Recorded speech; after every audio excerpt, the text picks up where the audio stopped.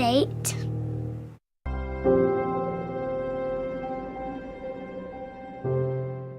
Sainsbury's? Are we made of money? Hey Sainsbury's, explain it, will you? Well, the same effort we put into our baking Goes into matching prices. Remarkable. We've actually come in under budget. Get it now?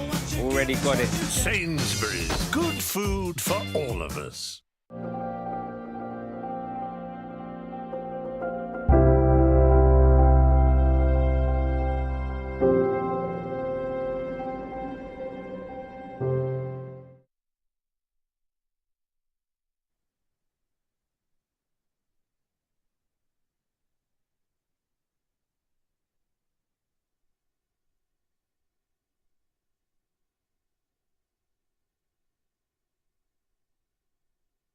Assalamu alaikum and welcome to the Wellbeing Show here on British Muslim TV. I'm Fahima Mohammed, your host, and I am so looking forward to having a few episodes in the next coming weeks where we're going to be discussing all things well-being.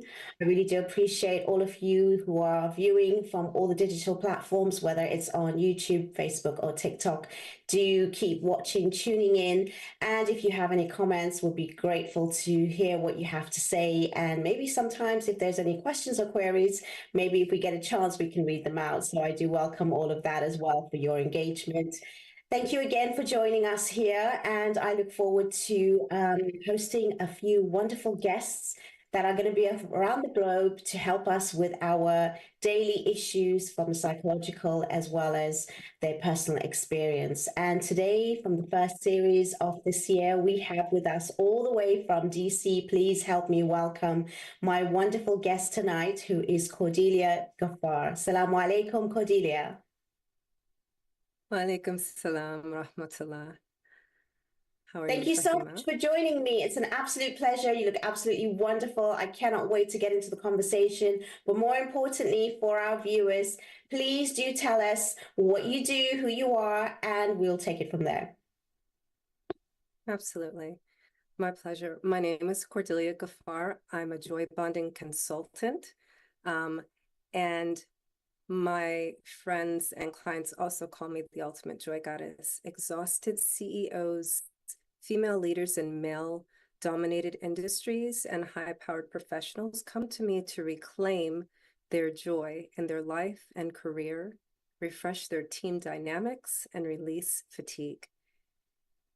My mission is to cultivate and integrate joy in every nook and cranny of humanity, from boardroom to the bedroom. Let there be joy. So I've worked with top executives from healthcare companies, award-winning leaders in the financial and film industries, government contracting, and outliers in technology. And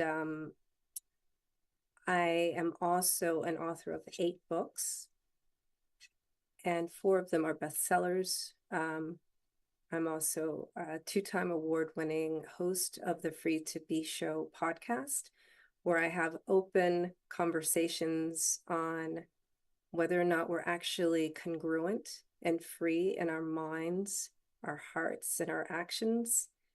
And let's begin with that. Wow, that is a mouthful. I'm really excited to have people on the show, especially like yourself, that come from such a variety of backgrounds and work that you do. And I think it's so important for our audience to actually understand that we see so many specialists and gurus that we look up to and we try to get information from. But I'm hoping to have people like yourself on here where, if, you know, towards the end of the show, if you stick around, then Cordelia will be sharing where you can actually reach out to her. Because a lot of times we hear people speak on these amazing platforms. They say some wonderful things, but we cannot reach them. So hopefully Cordelia will be sharing her details towards the end. If you please stay tuned, you'll get those and you'll be able to get her assistance. Now, you talk about joy bonding. I've never really, with all that I have, sat in all these platforms, I've never really come across that. So I would love to understand, what does that mean and what does that entail, especially for our audience to sort of gauge what are we talking about today? Yes. So I love to play with words, right? I said I'm an author. And what I noticed in 2021, right, that we were like 1 year into a global pandemic, and people were relating from a place of trauma. And I thought to myself, what would be the opposite of trauma bonding? And so I wrote a whole article in Brains magazine called Creating Joy Bonding and Inclusive Environment. Wow. And so you can go to Brains is spelled with a Z for those of you who listen and like simultaneously Google. But joy bonding, this is a term that I created myself, basically, is what I'm saying. And what it is when humans choose to connect at a heart level, but not for a collective trauma bonding, right? It's for a collective elevation of souls. And at the heart of it, when we take the time as humans to connect from a heart space, something very different happens in the body than when we're connecting from a trauma space. And we are innately, one of the things we recognize and we realize is that we are innately designed to experience joy. So it would go something like this, right? You're in the office and you're talking, and I ask Fahima, how are you doing? And she says, she goes on about, the dog died and, all the things that can go wrong in a person's life. And I, on the other end, would say, that sounds like you've experienced a lot of things recently. How is your heart feeling? Right? So I'm not drilling down on the actual traumas that she's experienced, but instead bringing her back to acknowledging her feelings and her emotions. I'm not asking everyone out there to be a therapist, but this is an opportunity to slow down. And, when someone shares their recent sad experiences, this is just a time to listen. And the power of listening to another human, and not for the purpose of responding, not for the purpose of anything else, but to understand exactly the full answer and response to the question, how are you doing today? So often we gloss over it. Now, that may be a leap for some people that are not used to connecting emotionally or, in a professional setting.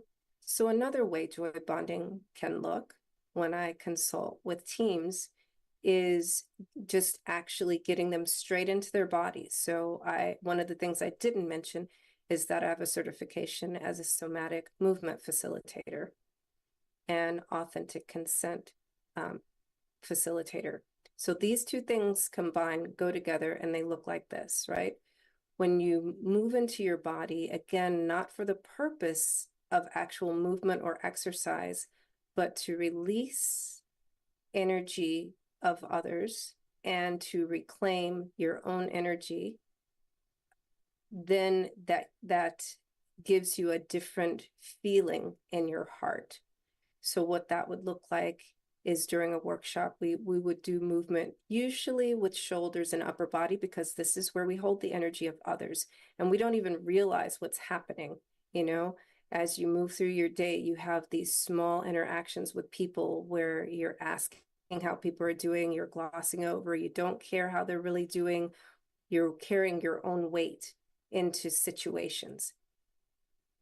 But with somatic movement, you are releasing the weight of all situations. And wow. And there is so much that we've got so far. Before you move on, because there is so much that I've got from what you've said, and I'm just wondering if you could go a little bit back and sort of explain as to how we are as humans having energy, because I don't think a lot of people understand that. And I just put a post out before even coming on the show. It was so weird about how it's important to be around people because they can actually drain your energy.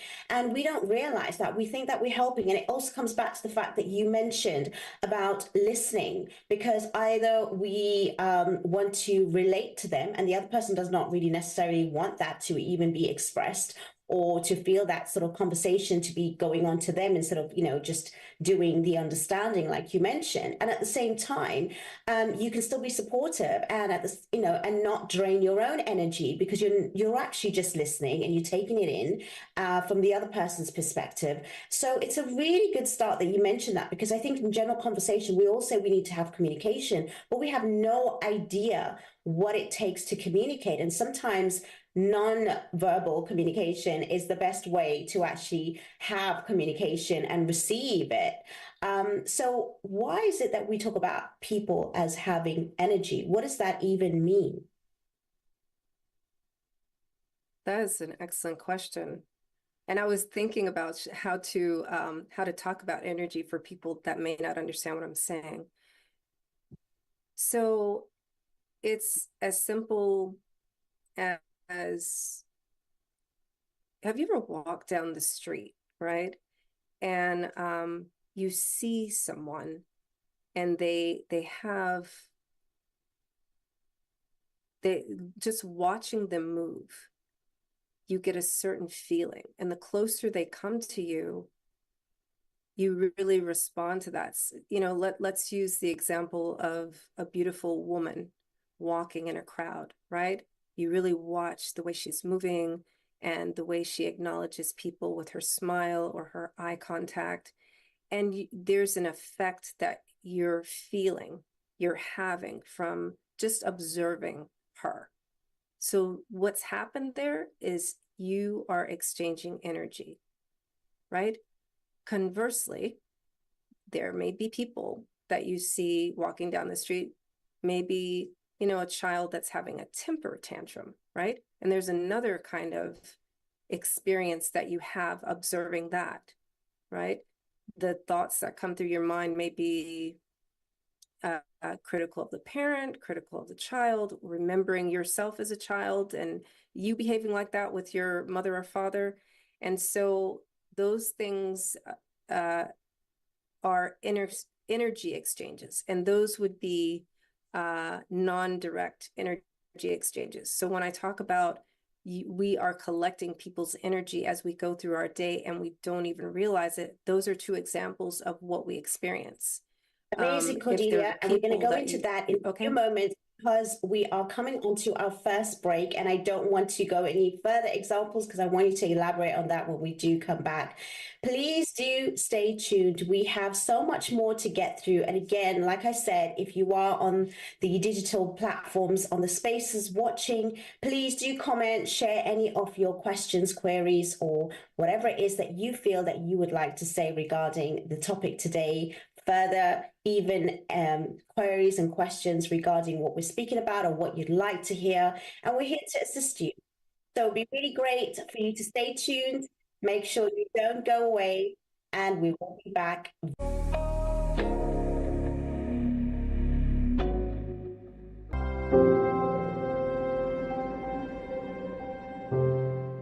Sainsbury's? Are we made of money? Hey Sainsbury's, explain it, will you? Well, the same effort we put into our baking goes into matching prices. Remarkable. We've actually come in under budget. Get it now? Already got it. Sainsbury's. Good food for all of us. Our generation's risk of illnesses, like measles and whooping cough, is rising. If we're not vaccinated, we're not protected, and could get seriously ill, risking lifelong disabilities. Are your child's vaccines up to date? I'm in. Now, you ready for a good day? He was a scientific hypothesis. She was a clinical study.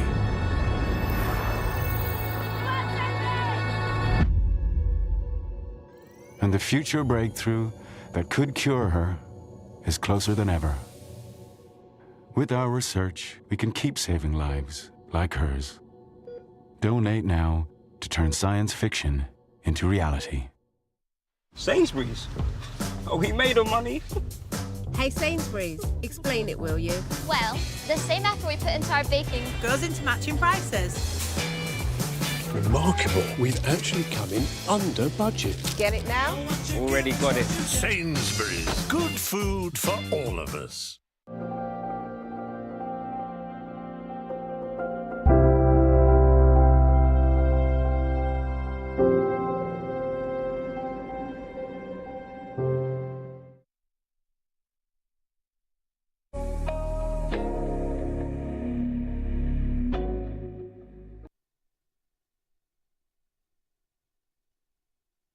Assalamu alaikum. Welcome back to the Wellbeing Show here on British Muslim TV. To all of you, wherever you're watching, whether it's on the TikTok Live, Facebook, or YouTube, I love to hear some of your comments on the show so far. And please do tell that by writing in and giving us your sort of story, as well as, regarding the trauma that you've been through and how to unravel to turn it around. Well, we have Cordelia here all the way from Washington, D.C., talking about joy bonding, which is something opposite to trauma bonding. Now, at the very beginning, you explained the various sort of like work that you do, and you are also an author of so many books.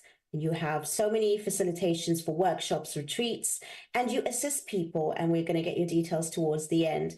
We're talking about energy and how we need to communicate in order for us to actually have that kind of relationship and the kind of bonding that is required on a healthy level, so we don't drain ourselves. Because at the end of the day, we do feel that whether we recognize it or not, that when we are sitting around certain people, it can actually make us and enhance us, or it can drain us. So we need to be careful of, what we need to be about. And not to say that we should only be around happy people. It's just about, making sure that you are also well enough to be sitting around a certain circle and you are ready and prepared. Now, the Wellbeing Show is here to facilitate conversations beyond what you've normally had and bring some amazing guests like we have today, so that we can actually learn so much more about our psychology, our mind, our body. Now, there is you've discussed the origins of you actually creating this and why we need it. What is the process of this? Because a lot of the times it's easy to sort of give a verbal kind of definition. Could you go through an example or a case study and the process of, someone basically making sure that they actually can ace this when they are living through life, and maybe practicing it so they can get better with it as well? Yeah, absolutely. So let's see, I can give you a case study of someone that I've worked with who actually runs a corporation, and on a personal level, she's going through end of life details with her partner. And so the first part of the process of us working together is resource, right? And so some of the resources that I give are very individual. It depends on the person's situation. So in this case, this person is dealing with grief. So I will, give resources. I guess in general, they usually do have to deal with breath work,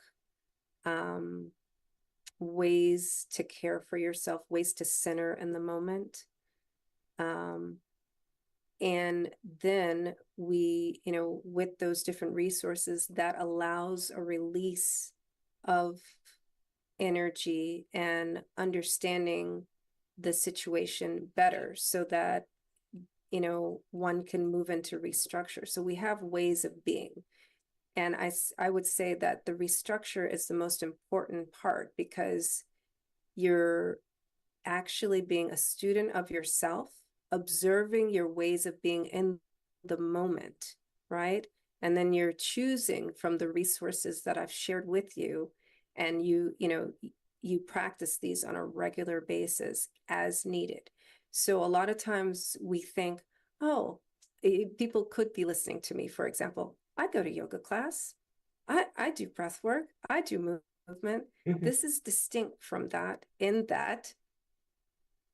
the moment, can you stop and do, downward dog? You cannot. However, in the moment, you can stop and do a centering practice that I've given you, or some breath work that I've given you, or even a somatic movement that I've given you that is so discreet that no one will even know that you're doing it because it looks like you're twitching, right? So when I was talking about shoulder movements, you can just do like this and it'll just simply look like you're stretching, because it really is. It is similar to a stretch. Let me just correct that, because all the somatic movements and all the resources that I share are very gentle on the body, and they're not pulling from you. Keyword here, just like you may be experiencing in the moment a tug of war between priorities, between parts of you. And, like in this case, she runs a company and she often works from home because of her situation with her partner. And so she may have just come from a care detail with her partner going into a meeting with clients, right? And she may not have the time to transition. And so the resources I give her to release and transition into her next meeting seamlessly, inwardly, she feels good. She can show up in full capacity for her clients and for her team. And that supports her with the restructure. And done consistently, this is a way that she's learned to reclaim her energy. There's that word again. I will say her wholeness, right? Because a lot of times, and this is a word that I want to introduce here, because a lot of times people believe that we need to heal. And in the practice that I come from, we don't really use the word healing, because we consider humans to already be whole. It's just a matter of we make ourselves smaller by layering on other people's priorities and needs. And so when I had started to talk about authentic consent before the break, in authentic consent, this is where we teach people to create standards of living, and also consequences for people not meeting those standards. And we think of consequences as a punitive thing, but in this case, it's not. It's like it's a good thing for you. So a consequence of someone consistently showing up, wasting your time. Like if you have a client or you have a colleague in the office that's wasting your time, they just want to complain all the time. And that's not productive, right? That's not going to help you. That's not going to help them. A consequence is they don't get to have time with you anymore. And that's great for you. And it's great for them too, because they're probably coming to you because you've opened that door and let them complain to you regularly, and nobody else does. And so now they have no place to complain, and they may need to find their own resources, which are not you. Before we move on, again, you've given us so much information, which again, I want to rewind a little bit so that we could take that in, because I'm like scrambled in my head with so much questions. What you've shared is so important. I don't think everybody probably can dissect it. So I'm going to dissect it a little bit just to show that, when you explained especially about the movements, it's so true. And I think that we do so many of these movements unconsciously, but when you are aware of it, I think that's really powerful. And you being present and in the moment and taking control. So that's what you're trying to say. And I think that, if I'm correct, that's really what it is. So it's not even something completely new, but it just goes to show how you are not just in control of your body, but in control of your mind, which takes over your body. So it's not just the subconscious doing these kind of movements, which you would normally do, but you actually taking control and management. And the other thing is needing to heal. I love what you said about the fact that a lot of us feel that we need this time and we need this process, which is true in so many ways. But distinguishing it and determining it and actually defining it differently gives you so much power at the beginning than having to wait, because you've just definitely now have just turned it completely to say that actually I was just in a moment of like you said, coming up small or short because I've actually placed something which is important to me, which I can give to me in somebody else. And if that is now not there, yes, there is, the human emotion, but at the same time, that does not make me any less. And I can, work from this. So these things are so powerful, which we don't realize and we don't understand. My question is though, because when you started off at the beginning about your client going through grief, and I just want to make sure that whoever's listening to this and they might be going through something traumatic or dramatic in their lives, whatever it may be, do you think it's important that they should wait a while before they seek any assistance, or can they come to it straight away? Do you think the body can actually deal with these kind of processes and repetition and learning while you're in the real kind of crux of it, when you've just gone through the grief? What's your opinion on this? It's very necessary to have resources in the moment. Mm-hmm. Delaying it, I can hear, I'm going to share something on a personal level, right? So, for example, before I knew what I know now, I delayed grieving the death of my father. And to the point that it took me about 20 years to actually realize that I had just delayed the grieving process because I had to deal with all the details, right? The estate details when he died. Conversely, right? So now, more recently, I've been in this work for about 10 years. And about 4 years ago, I went through a divorce. So I immediately reached out to address my grief, right? Because grief is a death of something. In this case, it was a death of a 20-year marriage, right? As opposed to a death of a person with my father. But I immediately knew that I needed support. So, I went for a therapist and I went for spiritual assistance, right? And so this is really important. Thank you for this question, because a lot of times, especially women, will soldier on and not ask for help, don't know how to ask for help because we're the caretakers, right? We're the ones taking care of the family and everybody else, even if we're single. In my case, when my father died, I was single, right? So it was my job as a single person because I didn't have anything else to do, right? And also I've worked with women like that who are the single person in the family. I am so sorry, like, Cordelia, because we've come into such an important point. And again, I'm going to make sure that I ask my questions way before the time for going into a break. But I want you to continue this important response after we come back from our break, because I think it's really important that you did highlight the fact that we do have to reach out and get assistance early on. That's the main thing. And I think a lot of people do wait a lot longer. And even myself, when I look back at what I know, what I sort of learned so far, it's important that we get help straight away. But anyway, we'll be back. Don't go away. And we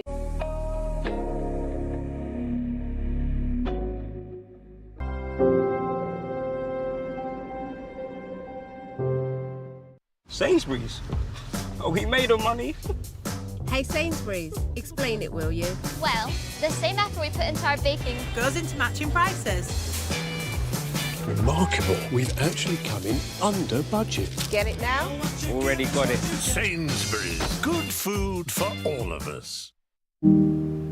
Our generation's risk of illnesses, like measles and whooping cough, is rising. If we're not vaccinated, we're not protected. And could get seriously ill. Risking lifelong disabilities. Are your child's vaccines up to date? I'm in.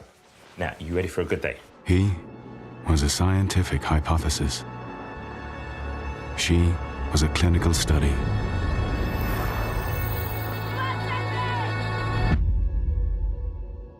And the future breakthrough that could cure her is closer than ever. With our research, we can keep saving lives like hers. Donate now to turn science fiction into reality. Sainsbury's? Are we made of money? Hey Sainsbury's, explain it, will you? Well, the same effort we put into our baking Goes into matching prices. Remarkable. We've actually come in under budget. Get it now? Already got it. Sainsbury's. Good food for all of us.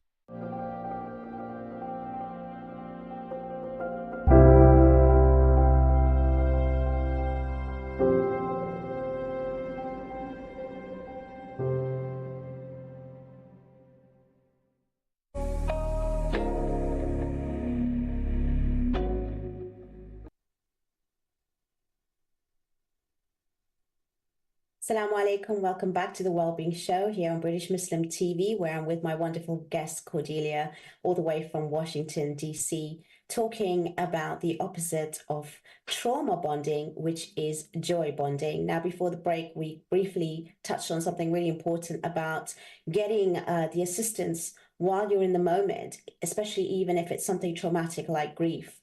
And you did explain with your learning and your experiences how much that has helped you reflect by thinking that if you knew what you knew then now, or shall I say, yeah, it would be something totally different for you to get the help. What would you say to people that are watching that are going through something so drastic at this moment in time, Cordelia, that even though it's the last thing that they want is to actually get up and move or do something to help them move, even physically move, let alone anything? Because that's the thing, we always like give ourselves that time. But the more we leave it, like you said, the longer we take. And we do feel that the regret is just about thinking that we've wasted so much time. So what would be the one sort of takeaway that you would give to someone right now who's watching, who's going through something which is quite traumatic, whether it's a divorce, whether it's, death or something else or similar? Yeah, help is always available. If you don't ask, you don't get. Quite simply. I have resources on my website, which is cordeliagaffar.com. It's my name. And so one of them is a soul release meditation, and that's reclaiming your wholeness and also releasing the energy of whatever it is that you need to release. So that's available on my website. Thank you. People always find it really difficult, especially coming from an Islamic and Muslim background, that when you pray and you have your family and friends and to keep your sort of issues and problems within, what would you say to that? Because again, the community is quite tight. We're still quite behind when it comes to seeking help outside ourselves. And we think that everything is faith. And even, what we do is part of faith, but others don't really see it like that. So when you talk about spirituality as well, how would you describe that as being part of faith in order to move forward and get help? Because this is part of your faith to actually better yourself and use the kind of knowledge and experience and the expertise that is out there. Yeah, so my holistic healing experience is from an Islamic perspective, actually. I went to the College of Healing Arts, which is in Leicester, England, and studied in the Unani tradition, which actually talks about a lot of this, the breath work, the movement, the importance of movement above and beyond prayer. Yes, we use ruqya, and a lot of these practices are really a call back to being a student of yourself. Like that's basically, that's the main takeaway I got from my holistic training in Unani Teep, which is, it literally means ancient medicine, but all these practices are about you recognizing the signs that Allah has given you in your emotions, which are a bridge between your physical self and your spiritual self. And if you feel disconnected from Allah, is usually because you're not acknowledging your emotions, you're not accepting the feelings that are coming along with them, and the the awareness that they're creating for you. These are opportunities for you to pause, get curious, slow down, maybe do some, nafil prayers, make more dua, and so if we don't slow down and pay attention to those things, then we won't get the answers that our body's telling us. So we'll know who to go to and how to ask for the help we require. I really love that. And I think it's really important that we do realize that even getting assistance from somebody is actually also helping ourselves. It just doesn't mean that everything has to come from us. It means that it comes from a secondary source as well. Now, talk me more about this joy bonding and how is it that, we can actually have that in our everyday lives, whether it's in business and in personal sort of relationships, so that we can actually have some sort of examples that we can actually use. Say, if we watch this show and then we go out of it and we can reflect, and then we can say, well, actually, this is something, I can do. And you call yourself the ultimate joy goddess. So explain that to me as well, a little bit, as to, because you came up with this. So maybe we can learn from, how did this all come about with your experience, and we can do the same thing. That's exactly what happened to me. I got to have all these, I guess you can call them traumatic experiences, one after the other. For me, it was on the heels of my separation and divorce. And so this is where I paused and I got curious. So I was like, wait a minute. All these things must be happening for a reason, right? And, if I go back to the Book of Healing, written by Dr. Ahmed Sakar, and he says in there that, we are designed for bliss. So there's a chapter on there, which is like basically the physiology of Salah. And I noticed when I was more intentional and present with my Salah, then I was able to tune into the joy. And on the end of, the last rak'ah, I usually got an answer to whatever that trauma was at that moment, right? And alhamdulillah, we pray 5 times a day. So I was getting regular messages directly from Allah, And so I was like, oh, okay, so this is really happening for me. And then again, there are things that are happening outside of those 5 times a day prayer. So I just chose to always slow down and find the joy of the moment. Joy, not like what we have been trained to believe means, yay, yippee, jumping up and down and doing cartwheels, but joy like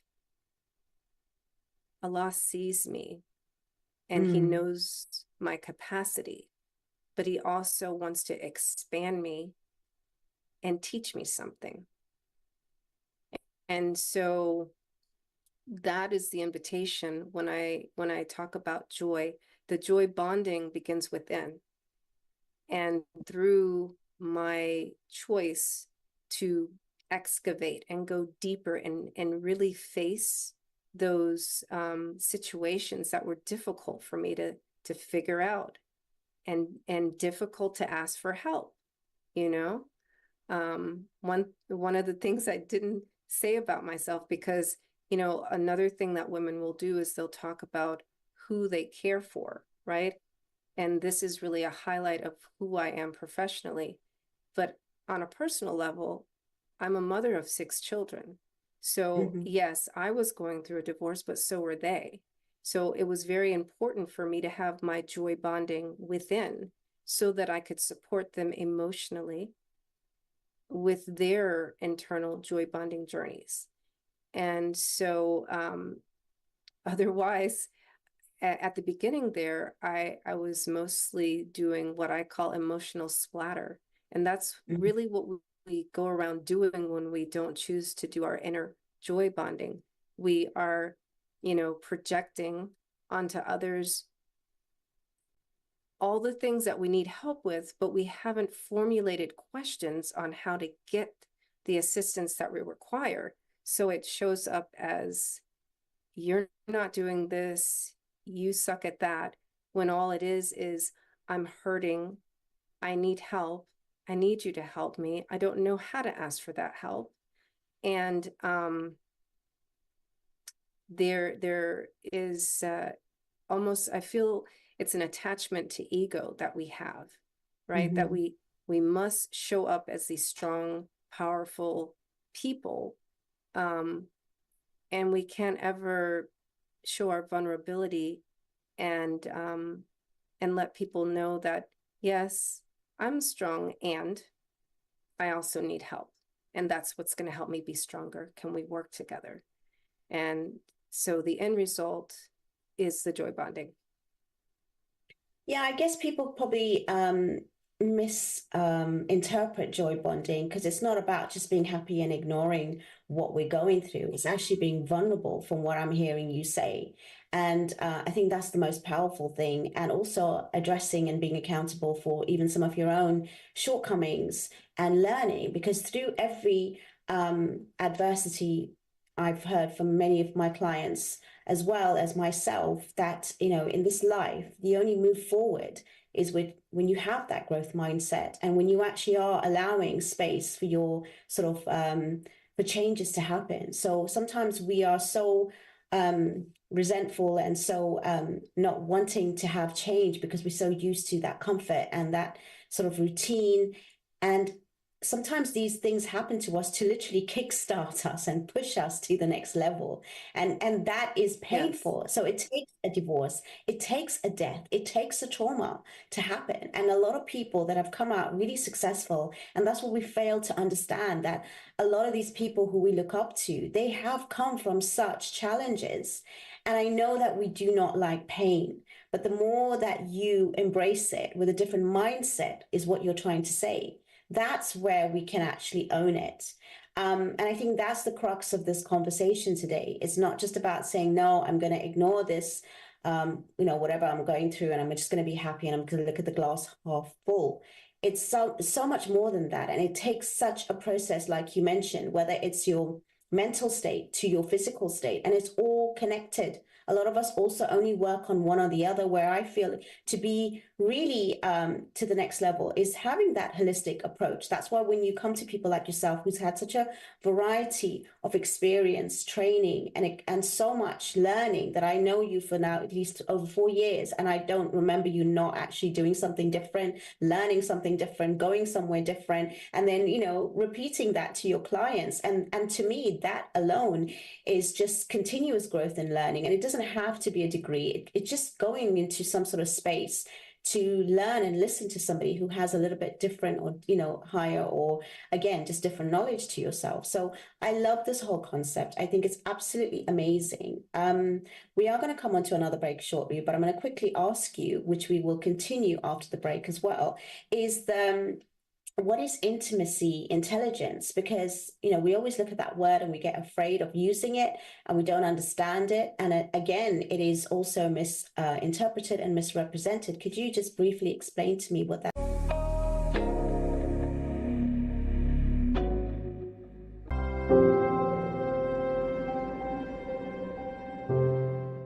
Sainsbury's? Are we made of money? Hey Sainsbury's, explain it, will you? Well, the same effort we put into our baking goes into matching prices. Remarkable. We've actually come in under budget. Get it now? Already got it. Sainsbury's. Good food for all of us.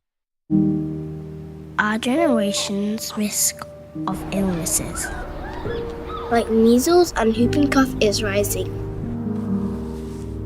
If we're not vaccinated, we're not protected,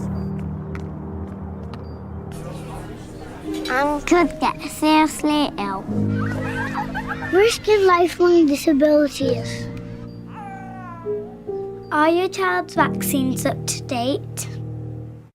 I'm in. Now, you ready for a good day? He was a scientific hypothesis. She was a clinical study.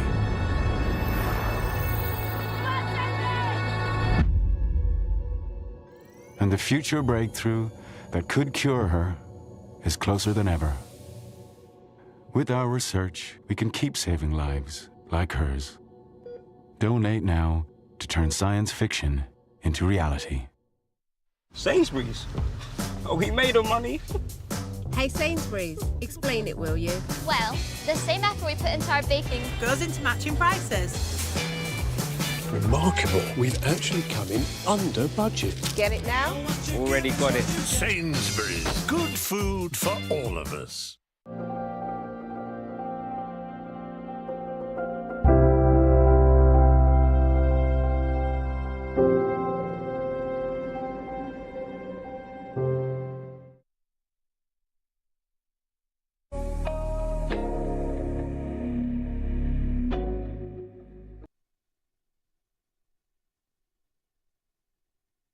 Assalamu alaikum, welcome back to the Wellbeing Show. It's so exciting talking to Cordelia that I even started talking during the break. So it's like as if to say, I don't even want to stop what I'm hearing and speaking to you, Cordelia. You have so much to say. But before the break, we were talking about intimacy intelligence. Could you kindly describe and define what that is? Because we do have the sphere of that word and we need to sort of get into it a little bit deeper. Yeah. Similar to joy bonding, intimacy intelligence is connecting heart to heart, right? So it doesn't require you actually being sexually or erotically involved with anyone. It's being willing to understand another person. That and that's like a level of vulnerability that we have dismissed from our culture globally. You know, people don't want to pause and get curious and understand each other anymore. It requires a certain capacity from ourselves, right? We don't even want to pause to get to know ourselves. Mm-hmm. It's the willingness to be with your own emotions enough that when someone else is having an emotional experience, you can just listen and understand and pause to understand. Is that clear? Absolutely clear. And I think it's really, again, important that we raise this because we constantly looking to mend, heal, move forward, involving another. So I guess the whole idea of this is not just also trying to get assistance, trying to also look at the glass half full, but actually opening up more within and knowing that the power is within and there's so much more that we can do for ourselves. And that's why we need the assistance, because that assistance, like yourself, is someone who can actually help you go within and search within and use whatever's already there. The resources are already within ourselves, but we are constantly looking outside, whether it's in our environment, whether it's in other people in relationships, whether it's in our careers.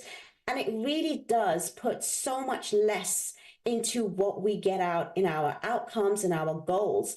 And the way you've explained it is absolutely beautiful, because again, it just shows that whatever we're going through in life, and we are going through so much, whether it's politically, whether it's socially, whether it's to do with even just, you know, our intimate homes and society, we need to constantly remind ourselves that sometimes we think the problems are so big, it cannot be resolved, but it works slowly. And I always say this, that's why I love working with people within their homes first, because it's the homes that needs to be stronger. And what makes those homes are those individuals. If you want to have amazing children, if you want to have that amazing job, it all starts with you first. So I think what you've just kind of highlighted is such a powerful way of moving forward. And even through adversity, we can get through it. So it's more about, you know, maybe relating to self-nurturing. Maybe explain a little bit about that if you can. Yeah, self-nurturing. You know, this is another one of my words. Being in the practice of self-nurturing is a thing, you know. Again, it's so important to, In this case, in the process of self-nurturing, there are other things that I encourage you to look at. How are the foods that you eat, how do they affect the way you're feeling, the way you're thinking, how you show up? How often you choose to move? Do you have a movement routine? And I've never used the word exercise. I've always used the word movement. And, you know, for me, that can be martial arts, that can be dance and yoga and breath work and swimming and running and hiking, right? But always allowing yourself to be a student and understanding, I require movement, and then asking the body, what is the movement that I require in this moment? You know, recognizing must stay hydrated on a regular basis, and noticing that once you've hydrated to a certain limit, you still need food, right? But checking for the hydration first. This is actually the number one self-nurturing tip, which is sleep. Our sleep is so important. It is like everything. If you want to lose weight, sleep. Have a sleep routine. If you want to go seamlessly through menopause and perimenopause and menopause, that's the thing. You want to have a routine of sleep. And so, you know, basically, when you're in the practice of self-nurturing, you are creating a deep, intimate relationship with yourself. And in that deep, intimate relationship with yourself, you find the joy in the pain of the experiences that you're going through. Instead of avoiding pain, you can go straight to the edge of the pain. And if you see it all the way through, you will find pleasure there in the form of an answer, right? In the form of the joy of discovering you can do it. And you can ask for help. And you can be vulnerable. And that improves your overall emotional state, because now your emotions are not villains. They're not demons. They're not things to squash down and suppress. You know, I am going to rant a little bit here. Due to colonization, we think that our bodies are supposed to be workhorses. They're not. We're supposed to rest. Due to colonization, we demonize ourselves for not having a connection with the law. And the same thing that we're avoiding, which is experiencing, acknowledging, and accepting our emotions, is what's stopping the connection with the law, because our emotions are a spiritual gift. And because we have bodies, we get to feel sensations. And if we allow ourselves enough positive, pleasurable sensations during the day, then we sleep easier at night. And we create what I call intimacy intelligence. So wow, dropping some golden nuggets there, Cordelia. Absolutely love it. Absolutely love it. I think it's so profound what you've just said, and it's so true, because we are generational beings. We do carry these kind of like trauma, you know, time and generation after generation, and we do need to break these cycles. And again, it's not just about looking at the things, you know, where you have to ignore it, but actually dealing with it head on. Now, I don't want to leave it right till the end. I want to make sure that people who are watching, and if they want your details, that we don't miss that. So I just want you to please share, where can people actually find you, so that we can actually speak about a little bit more. But before we do come to the end, I really want to get your details now, because I don't want to forget. And I want to make sure that everyone that needs to, you know, get hold of you, they can actually get hold of you. So tell me, where can we reach out to you, Cordelia? Right. So I'm very active on LinkedIn. I have a newsletter there. And you can find me under my name, Cordelia Gaffar. You'll see that today the Reconnect Summit went live, and I'm speaking again on joy bonding with your partner. And also I like to play on Instagram. So again, you can find me on social media under Cordelia Gaffar. And I mentioned earlier also, my website is cordeliagaffar.com. This weekend, if you live in Washington, D.C., I will be doing 2 workshops at the Taboo Talks retreat. And so on one day, I will be doing a somatic movement workshop. And on the next day, I'll be doing an erotic embodiment workshop. And don't let that word scare you. Again, busy, absolutely amazing. You know, it's been such a wonderful conversation, and I really don't want it to end, but we've only got a couple of minutes left. And again, I want to make sure that I give you the space and time to end with anything that you feel that you want to address the audience with, regardless of this topic. But just, you know, you've got such a wealth of experience, so please take it away for the next couple of minutes before we end. Absolutely, sure. So I do retreats. I do workshops at retreats. There's the local one. I will also be doing workshops at Girl Fix Your Crown retreat in Atlanta in November, and then one in Bali in December with the Love Camp. So if that's something that speaks to you and you offer retreats and you need someone that can, you know, create space for somatic movement and erotic embodiment, I'm available for that. And on the corporate side, right, I'm very congruent. What I do on an individual level and a personal level is the same thing that I support people with professionally, right? So if you also have, you know, a corporate team that you're leading and there's a lot of infighting, joy bonding is the answer to that. It really creates an inclusive environment where people, they are congruent. They get along better with themselves and each other.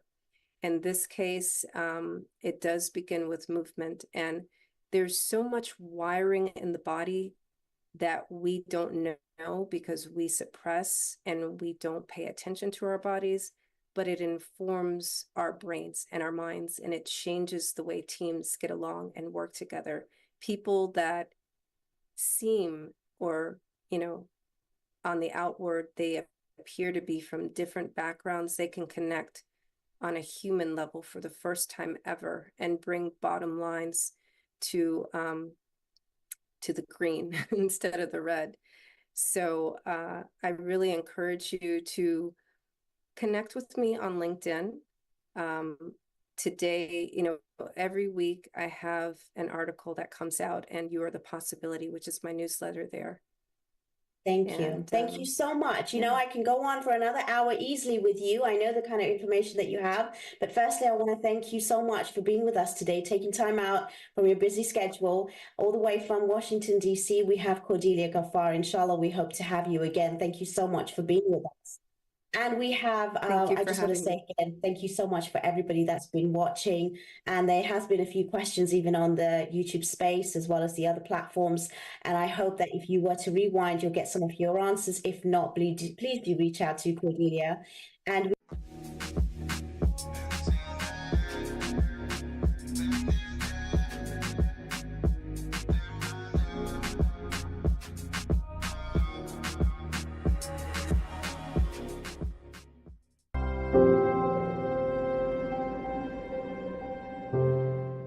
Sainsbury's.